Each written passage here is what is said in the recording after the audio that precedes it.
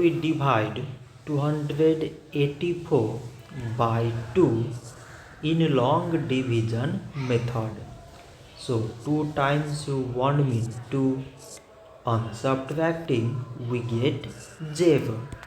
So now we put down the number beside this 8 and we remove this 0.